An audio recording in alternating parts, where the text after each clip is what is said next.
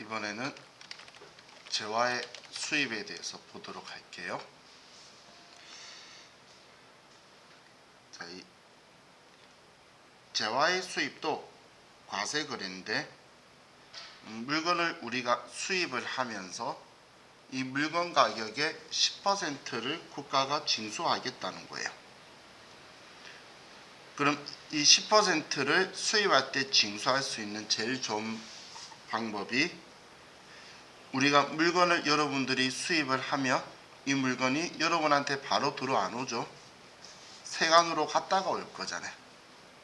그러면 그 세관에서 그 물건을 가지고 관세든 아니면 거기에 관련된 세금들이든 모두 다 받고, 그리고 그 금액들 다 합친 거에 10%를 우리 부가가치세로 부과를 해서 그걸 납부하면 물건을 내줄 거예요.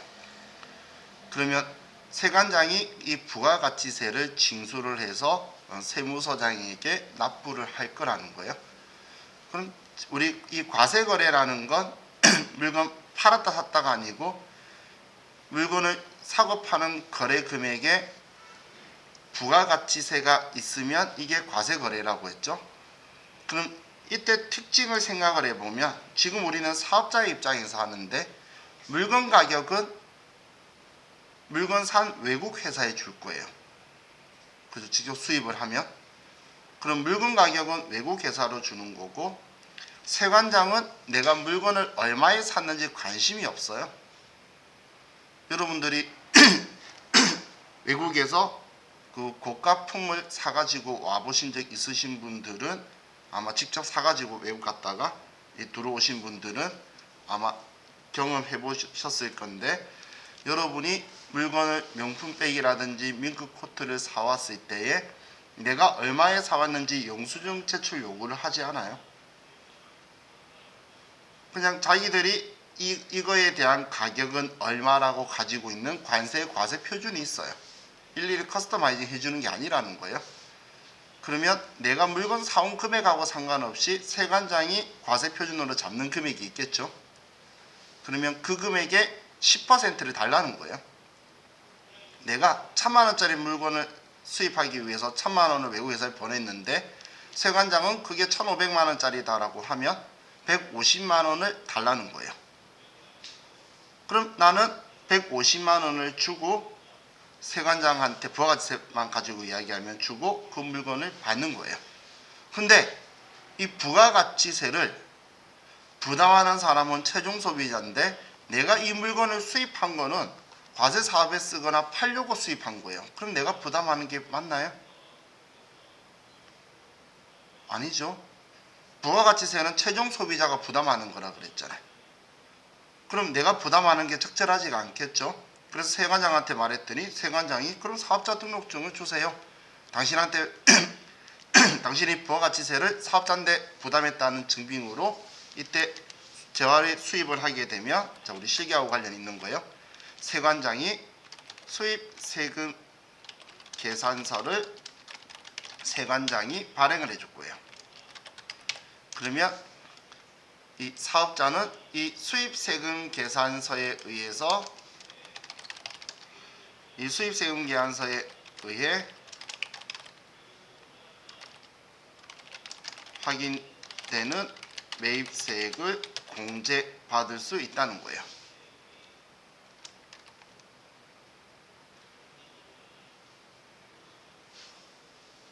그럼 지금 방금 제가 1000만원짜리 샀지만 세관장이 150만원을 달래요.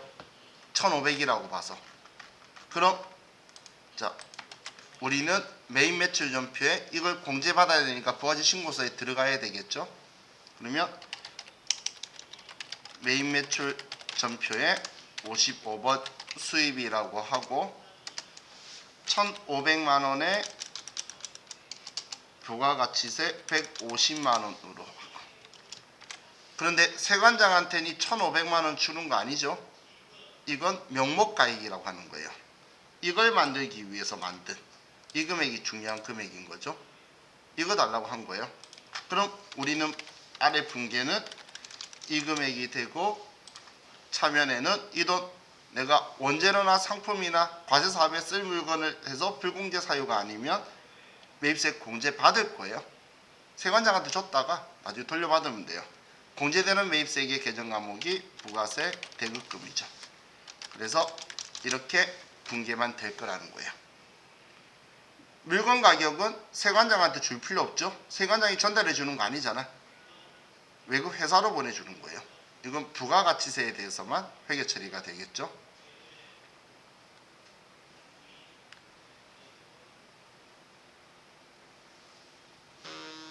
자,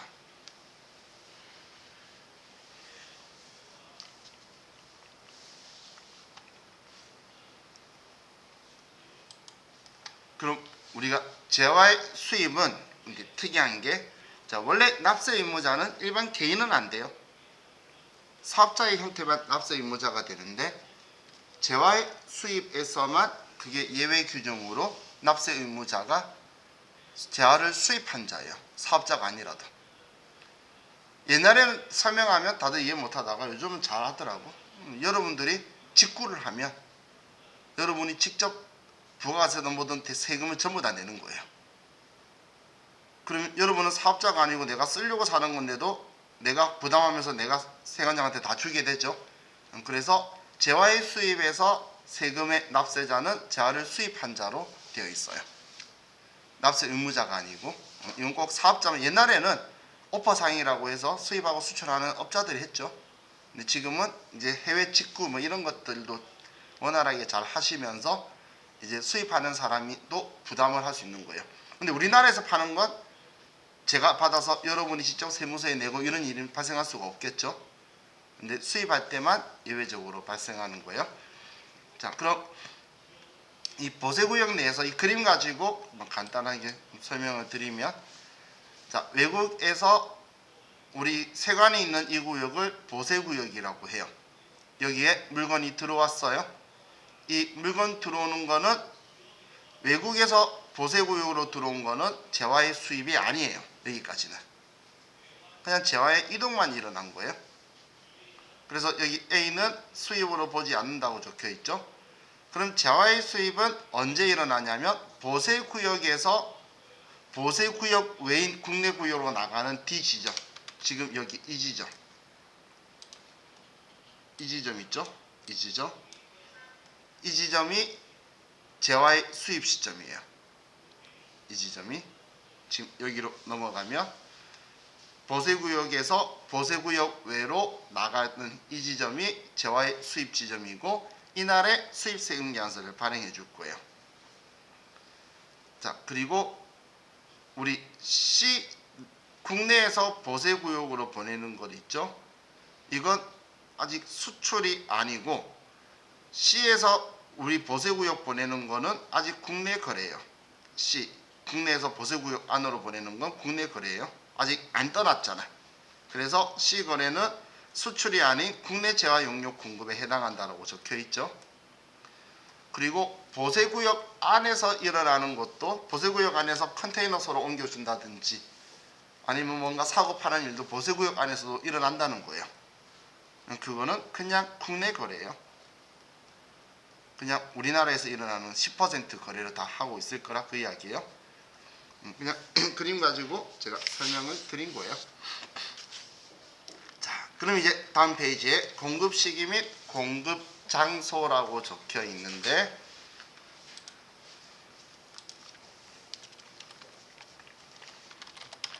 공급 시기는 세금 계산서 작성 일자가 되는 거고, 일단 죄송해요. 여기 공급 시기는 부가가치세 신고 기준일을 이야기하는 거예요. 기준 날짜. 그럼 이 공급 시기는 세금 계산서 작성 일자가 되고, 이건 우리 매입 매출 전표 입력하는 일자가 되는 거예요. 이 날짜에 쓰면 이 날짜를 기준으로 부가가치세 신고서도 작성이 되도록 전산해서 하니까 공급 시기를 알아서 이 공급 시기에 쓴다라고 보시면 돼요. 공급 시기에 세금계산서를 언제 발행할 거냐, 또 그 날짜 가지고 제가 전에 우리 AT 교재 가지고 할 때 위에 작성일자를 보고 날짜를 쓰세요 이런 이야기 했었잖아요. 그 날짜가 이 공급시기인 거예요. 그 날짜가. 자, 그럼 일반적인 경우는 재화의 공급에서는 당연히 재화를 인도할 때요, 넘길 때 그때 세금계산서 같이 발행해 준다 그 이야기예요. 당연한 거죠. 근데 건물을 파는데 건물을 못 넘겨주잖아. 건물을 그 사람한테 가져다 주고 그러지 않죠.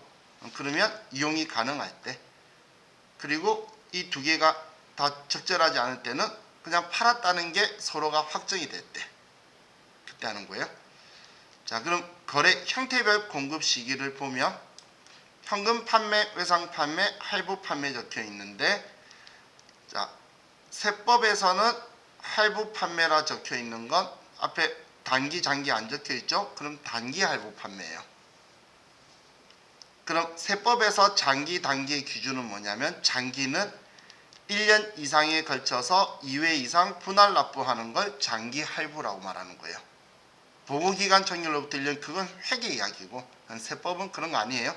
그냥 1년 이상에 걸쳐서 2회 이상 분할 납부하면 장기 할부, 그거 아니면 그 이내에 일어나면 그냥 단기 할부인 할부예요. 그럼 돈을 받았던, 외상을 했던, 할부를 했던, 어떻게든 재화를 인도할 때가 공급 시기예요. 그때 한 번만,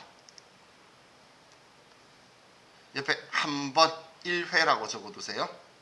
1회.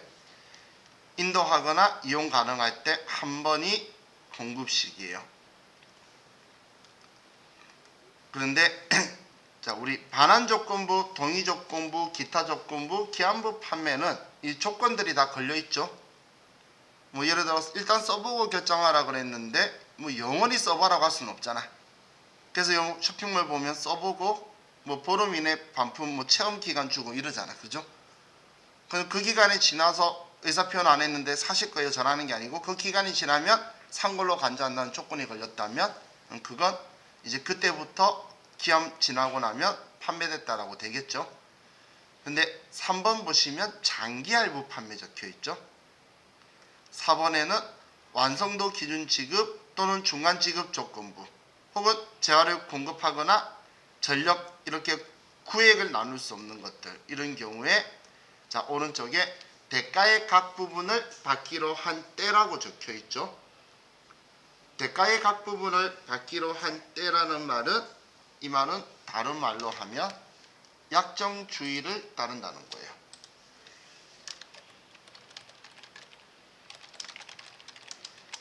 쉽게 말하면 계약서대로 한다 그 이야기예요. 약정주의를, 대가의 각 부분을 받기로 한 때라는 건 대가의 각 부분을 받기로 한 날이 어디에 적혀 있어? 계약서에 몇 며칠 날 할부금 며칠 날 주고 며칠 날 주고 이렇게 적혀 있을 거잖아.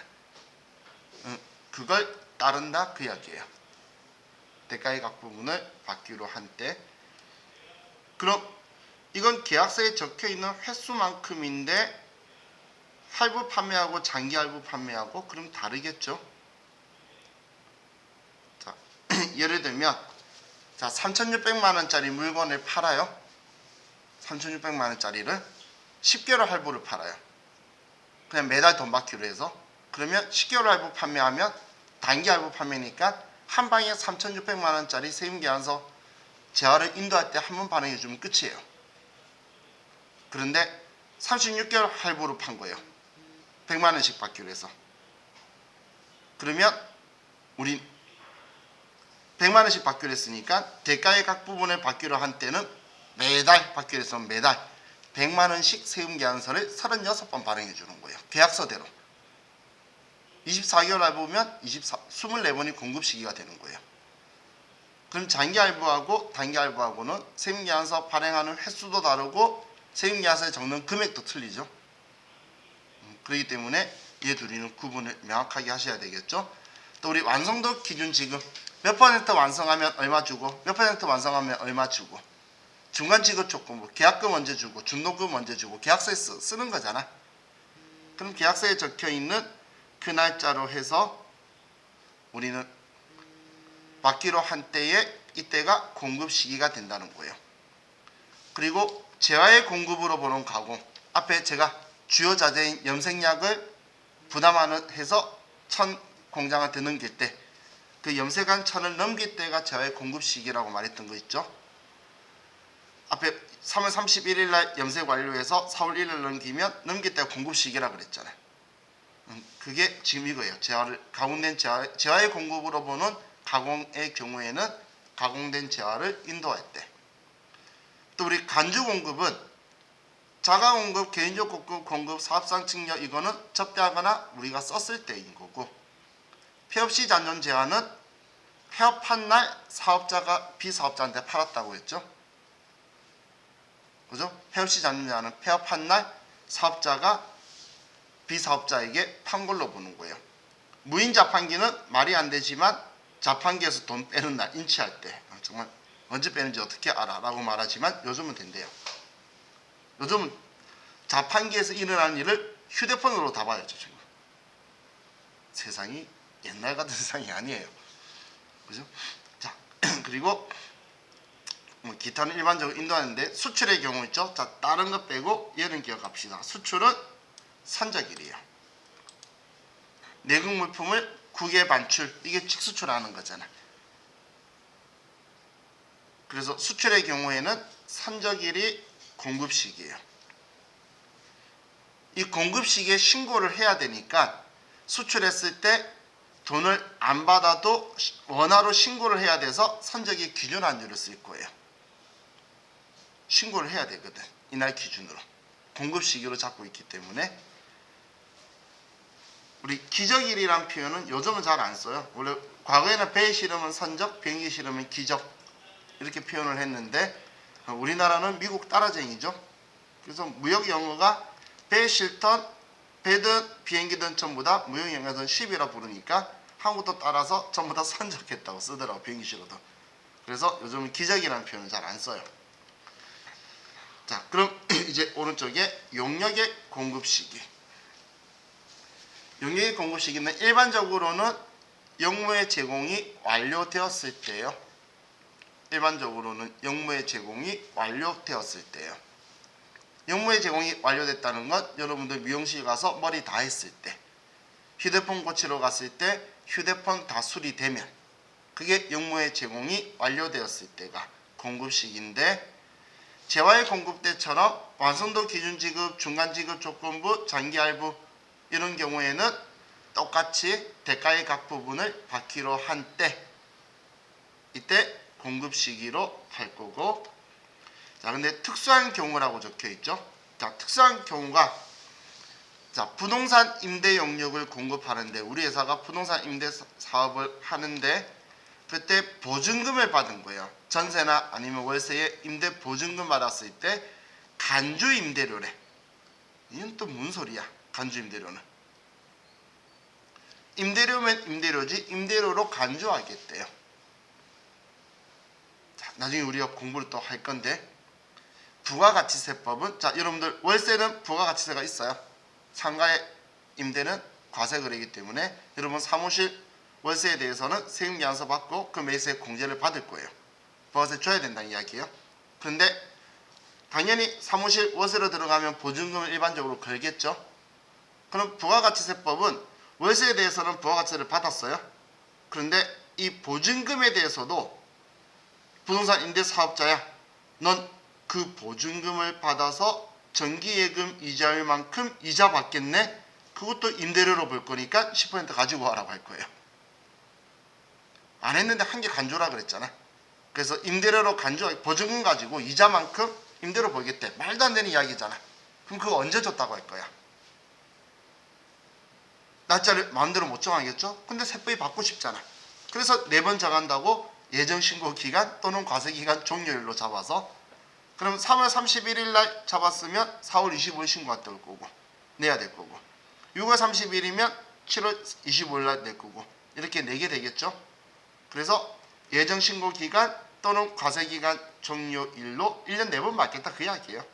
하지만 얘를 기억하세요. 나중에 이 날짜로 해서 간주 임대료를 입력하고 쓰게 될 거예요. 여러분, 이 날짜에 써야 되거든. 공급시기가 매매추전표 쓰는 날이라 그랬잖아. 그럼 간주 임대료에 대해서 입력할 때 3월 31일, 6월 30일, 9월 30일, 12월 31일자로 얘를 쓰는 거예요. 근데 지금 보증금에 대한 이자 받았대. 증빙서류 주고받을 사람 있나요? 없죠? 보증금 가지고 이자 받았다고 부가세법이 억지 부리고 있잖아. 그렇기 때문에 과세거래로 보는데 증빙이 없어서 이때는 14건별인 거예요. 과세비용이 14건별로 과세비용을 잡을 거예요. 또 2과세기간 이상에 거쳐서 1과세기간이 몇 개월이죠? 1과세기간 6개월이잖아. 한마디로 부가세법은 1년 이상에 걸쳐서라는 표현을 2과세기간 이상에 걸쳐서라고 써요. 그럼 1년 이상에 걸쳐서 월세를 선불이나 후불로 받으면 받았을 때 한 방에 하는 게 아니라 그냥 공급하는 기간을 잡아서 예정신고 기간 또는 과세기간 종료일날 3개월마다 그걸 구액을 나눠 가지고 그 돈을 과세표준으로 삼아서 신고하라 그 이야기예요. 한마디로 구액을 신고 때마다 나누기 애매한 경우에 지금 이 특수한 경우죠. 이 경우는 그냥 1년에 4번 하라 그 이야기를 가지고 있는 거예요. 자, 공급시기 특례는 하고 공급 장소는 크게 신경 안 쓰셔도 돼요. 자, 다음 215페이지에 가서 영세율 있죠? 자, 영세율은 0%의 세율이에요.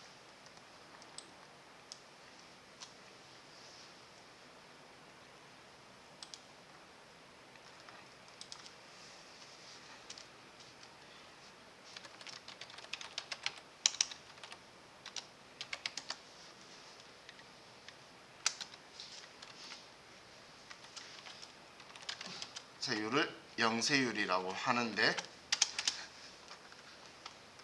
자, 먼저 자, 국경 조세 조정에 의해서 우리나라는 소비지국 과세의 원칙을 구현해요.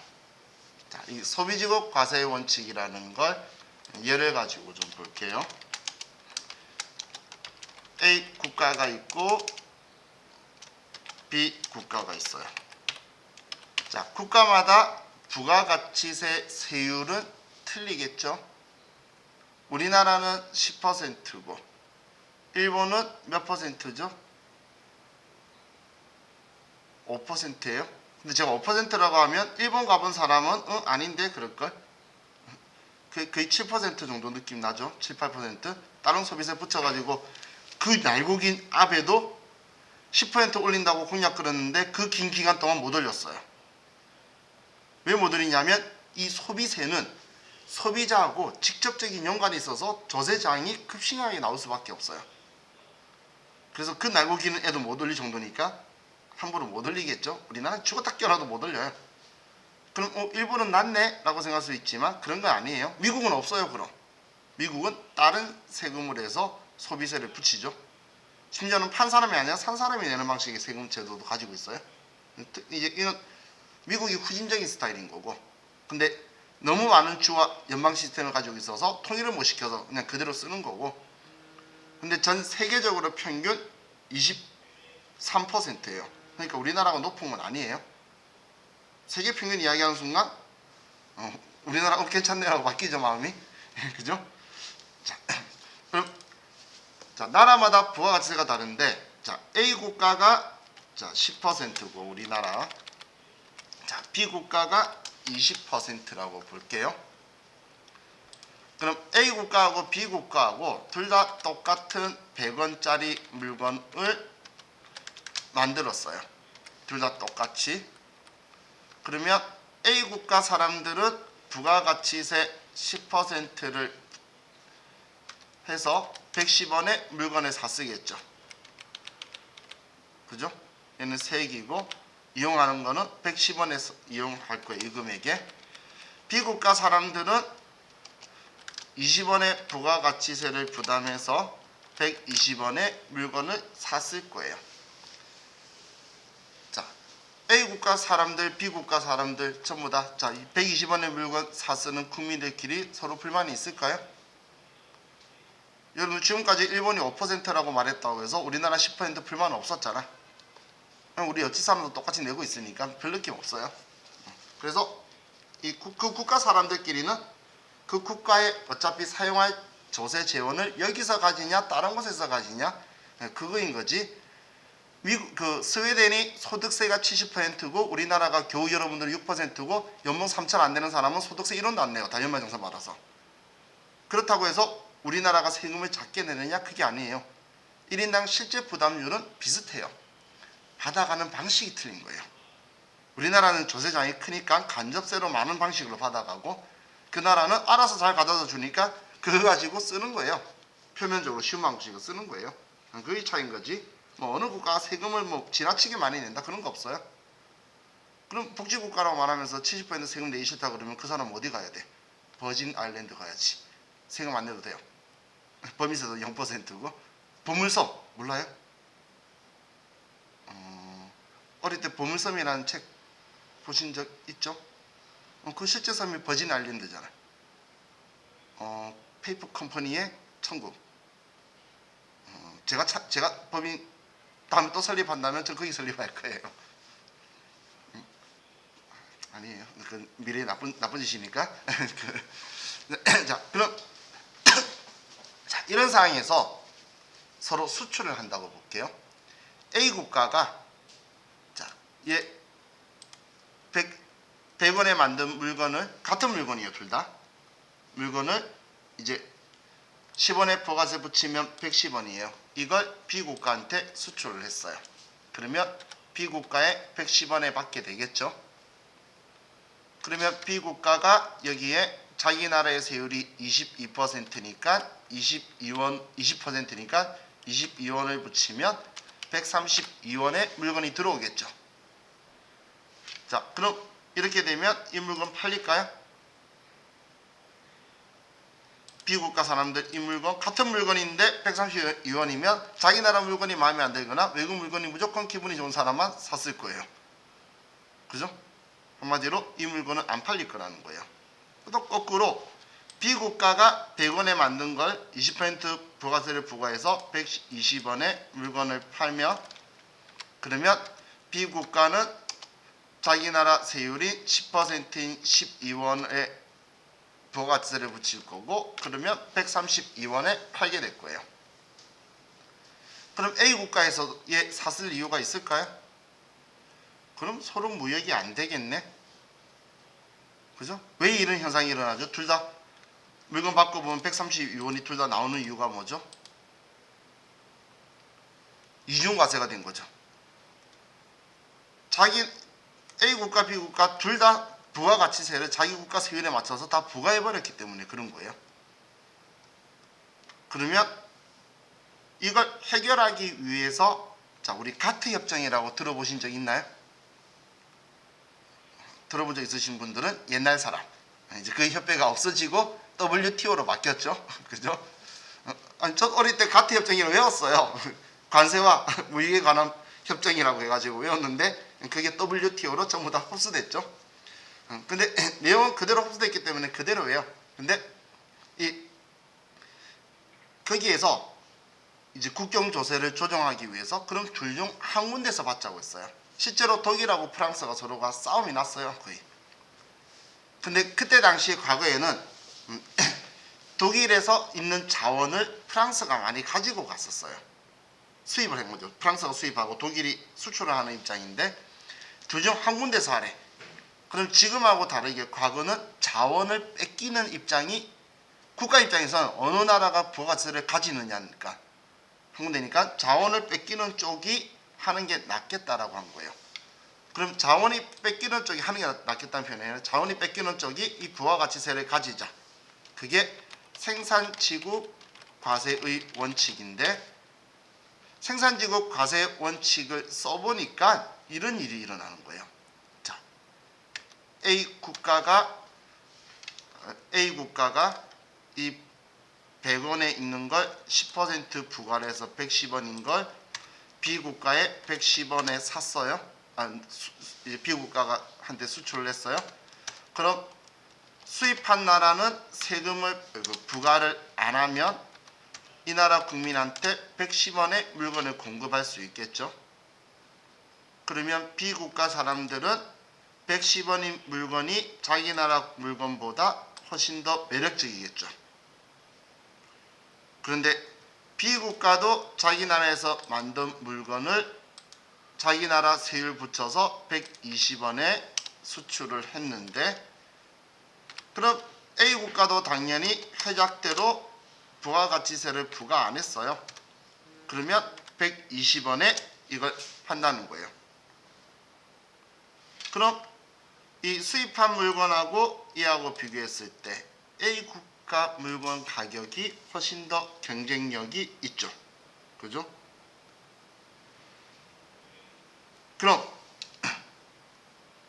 지금 이렇게 하면 결론적으로 부가가치세가 낮은 나라가 훨씬 더 유리하다는 거예요. 그래서 부가가치세가 높은 나라에서 수입을 안 해버리는 거예요. 무역을 더 원활하게 잘하자라고 했는데 오히려 부가가치세율이 높은 나라가 수출해봐야 자기 나라 물건이 비싸서 기업들이 힘들어만 하는 거야. 그래서 한쪽이 멈춰버리니까 이러면 안 되겠다라고 해서 다시 바꾼 거예요. 이렇게 하지 말고 그럼 소비지국 과세 원칙을 해보자. 소비한 나라라는 건 수입한 나라가 세금 부과하고 수출한 나라는 세금을 부과 안 하는 거예요. 그럼 A국가는 10%를 부과 안 하고 그냥 이 100원짜리를 그대로 넘길 거고, 그러면 B국가가 자기 나라 세율에 맞춰서 20%를 부과해서 120원에 팔고, B국가도 수출할 때 부가가치세 20원 안 붙이고 그대로 100원에 넘기고, 그러면 A국가의 세율이 10%를 부과하면 110원에 쓰니까 얘들은 서로 똑같이 경쟁을 할 수가 있겠죠. 그래서 이제 우리가 협약을 정리를 한 게, 수출하는 재화나 용역에는 부가가치세를 과세를 하지 않고 수입하는 재화나 용역에 부가가치세를 과세하는, 수입하는 게 소비하는 거잖아. 쓰려고. 수출할 때는 과세하지 않고 수입할 때만 우리는 세금을 부과하는 방식으로 하는 거예요. 근데 우리 사업자 입장에도 생각해 보면 물건 만들었는데 이건 수출할 때만 쓸 거야, 이건 국내에만 팔 거야 라고 하면서 만드는 게 비현실적이죠. 그래서 똑같은 과세품을 만드는데 이제 사업자 입장을 보면 사업자는 이 과세품을 국내 공급할 때는 10%를 부과하고 국외 10%를 과세를 하고, 국외 공급할 때만 부가가치세를 0%를 과세하는 거예요. 그럼 0% 곱하면 물건 가격이 얼마든지 간에 0원이 될 거잖아, 세액은. 그죠?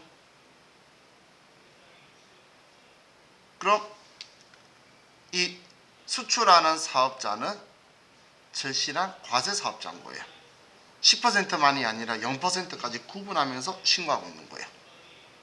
완전한 과세 사업자죠. 수출업자는 영세율 적용 물품이 있는 거지, 수출만 하는 사업자도 있겠지만 그는 업종의 특징이지 정말 물건을 수출만 하고 싶진 않겠죠. 제가 늘 말하지만 외국이든 한국이든 팔리는 거 다 팔아야지. 그죠? 그러면 국내에 있는 공급할 때는 10% 과세하는 거고, 국외에 공급하는 경우에만 0%를 과세할 거예요. 이게 영세율 제도인데, 그럼 이 부가가치세를 아예 제거를 해야 되겠죠. 그럼 우리가 이야기를 할 때 어제 이런 형식이 있었어요. 제가 공장, 도매상, 소매상, 최종 소비자 이렇게 봤을 때 얘한테 넘길 때 1,000원에 2,000원에 3,000원에 그럼 100원 200원 300원 이렇게 해서 최종 소비자는 3,300원에 쓰게 됐는데 이 영세율 제도를 적용을 하면 자, 얘가 1,000원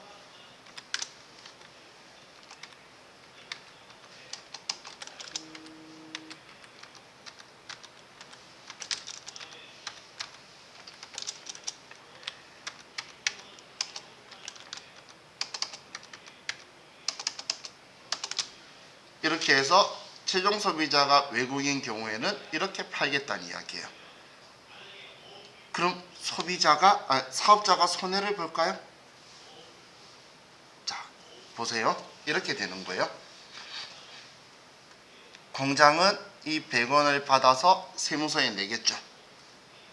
세무서에. 도매상은 200원 받고 100원 준 거 빼서 100원만 내겠죠. 소매상은 300원 받아서 자기가 낸 거 200원 빼고 100원 내겠죠. 그래서 얘는 3,300원인데 300원의 부가가치세를 얘네들이 세무서에 낸 거였잖아. 그런데 여기에서는 그럼 공장이 도매상한테 사서 100원을 세무서에 내겠죠. 또 도매상도 200원 받아서 자기 100원 빼고 100원을 낼 거예요. 그런데 이 소매상이 300원 받은 게 있나요? 없죠? 영원이잖아요. 수출하면. 영원인데 자기는 200원 투자했다라고 세무계산서 받은 거 있으면 200원 돌려주겠죠. 매출세액에서 매입세액 뺐더니 매입세액 200원만 있는 거예요. 매출세액은 없고. 그럼 이 200원을 소매상한테 돌려주는데 이 돌려주는 200원이 어디서 나온 거냐면 공장한테 받은 100원, 도매상한테 받은 100원을 소매상한테 돌려줘서 국가가 세금을 전부 다 면제시켜 버리는 거예요. 얘가 200원 줬었지만 지금 100원 받았던 걸 전부 다 얘한테 돌려줘 버리죠. 그러면 최종 소비자인 외국한테는 그냥 얘네들이 남긴 마진만 넘어가는 거지 세금이 없어지는 거잖아요. 그래서 이 영세율을 완전 면세라고 표현하는 거예요. 국가가 세금을 전부 다 소매상한테 돌려줘 버리고 끝내버리는 거죠. 그럼 우리는 국외 공급하는 걸 0% 하는데 국내 공급하는 것 10% 과세를 한다라고 했죠. 그런데 여기에서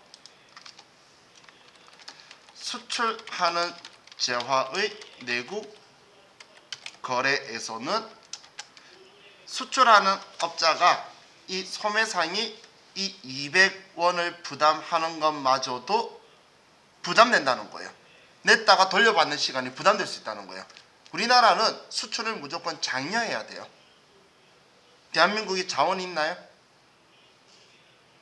자원 없는 나라라는 건 어릴 때부터 교육받았죠.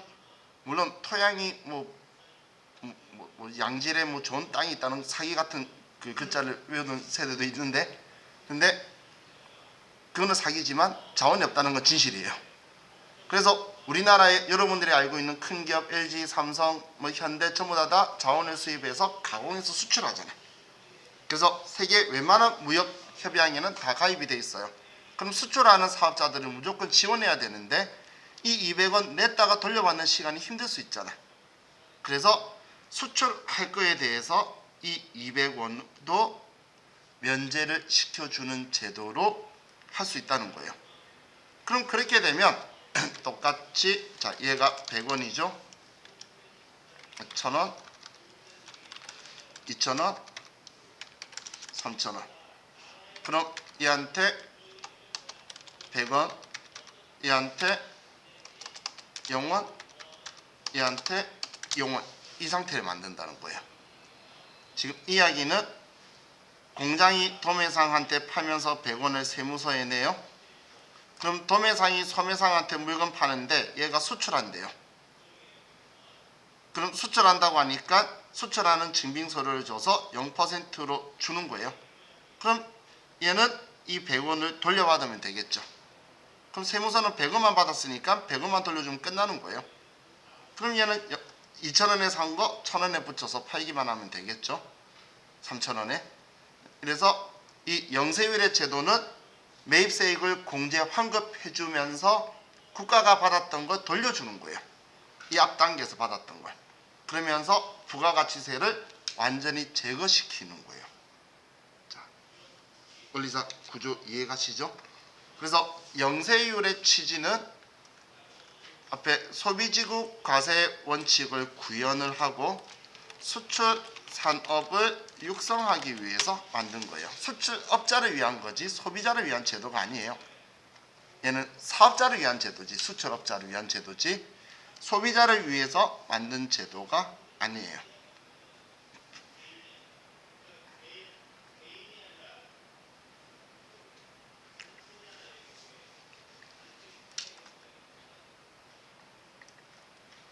자,